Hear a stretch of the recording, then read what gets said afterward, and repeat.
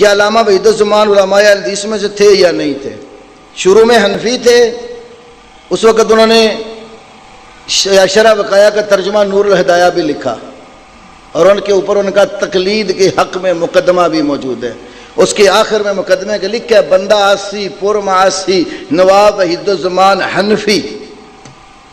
پھر کیا ہوا؟ اس کے بعد اہل حدیثوں کی طرف مائل ہوا ہے، پورا اہل حدیث نہیں ہوا، پھر شیعوں کی طرف مائل ہو کے فوت ہوا ہے۔ خود تمہاری اپنے گھر کی لکھی ہوئی کتاب حیات وحید الزمان علامہ عبد الدائم کی چشتی کی، اس کے اندر یہ ساری ڈیٹیل موجود ہے، اور خود میں نے اپنی کتاب کے اندر بھی ضربات ربانیہ میں اس کی ڈیٹیل پیش کی ہے کہ وہ ہمارا نہیں ہے۔ اس کی دلیل میں اس کی کتاب سے دیتا ہوں، اس کی کتاب ہے لغات الحدیث، کتاب کا نام ہے لغات الحدیث، اس میں شر کا مادہ نکالو، شین اور راہ، اس کے ضمن میں لکھا، اس نے ہدیات المادی جب کتاب لکھی کہتا ہے مجھے میرے کسی دوست نے کہا تم نے جب سے یہ کتاب لکھی اہل حدیث علماء مولانا ثناء اللہ امرتسری عظیم آبادی وغیرہ وغیرہ کچھ نام لکھے، وہ سارے اور اہل حدیث عوام تجھ سے بدظن ہو گئی ہے۔ تو کہتا ہے میرے ساتھ کوئی اعتقاد نہ رکھے، میں جو ہے نا کسی کے گھر کی روٹی نہیں کھاتا۔ تو صاحب اس نے لکھا کہ اہل حدیث علماء اور عوام مجھ سے بالکل بدظن ہو چکے، یہ اس نے خود اپنی کتاب میں لکھا ہے۔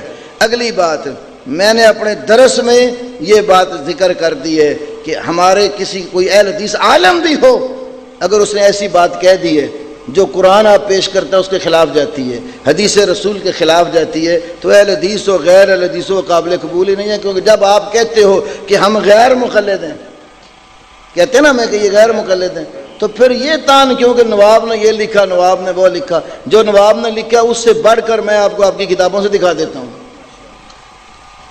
کچھ ایسے مسائل بھی ہیں کہ اگر مولوی کسی کو ضرورت ہو تو میں صرف عربی پڑھ دوں گا۔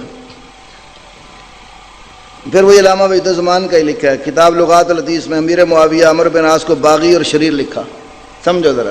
کہتا ہے میں نے تو یہ پہلے بتا دیں کہ شیعت کی طرف مائل ہو گیا تھا، تو یہ اس کی وہی باتیں ہیں۔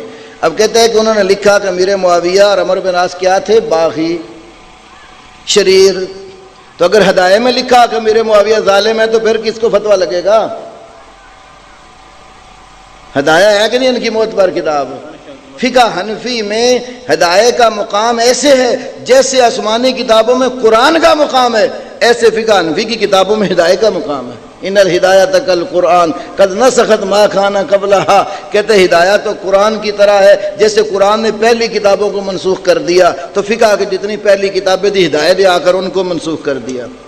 اٹھاؤ ہدایہ کتاب و ادب القاضی، کتاب و ادب القاضی میں ہدایہ میں لکھا ہے کہ ظالم شخص سے عہدہ قبول کرنا جائز ہے جیسے صحابہ نے امیر معاویہ سے قبول کیا۔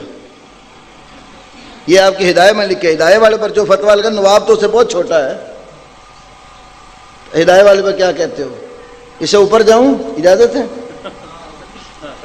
ہاں پھر آپ میں آپ کو وہ حوالہ بھی دے سکتا ہوں، باسند صحیح ثابت کر سکتا ہوں کہ آپ کے وڈیرے نے کہا کہ ایمان ابو بکر اور ایمان ابلیس ایک ہی چیز ہے۔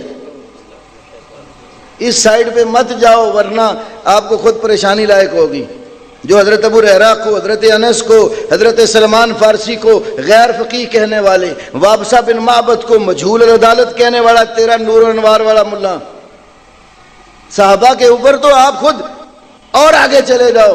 اٹھاؤ یہ جو سنو ابن ماجہ کے اوپر حاشیہ تمہارا عبدالرشید نعمانی کا، اس نے لکھا امام ابو حنیفہ نے کہا ہے اگر وہ بات اس لیے میں نہیں چھوڑ رہا، میں تھوڑی سی آسان سی کر رہا ہوں کہ اس نے کہا ہے کہ اگر ایک طرف میرا قول ہو ایک طرف ابو ہریرہ کا قول ہو، میں اپنا قول ابو ہریرہ کے قول کے مقابلے میں نہیں چھوڑ سکتا۔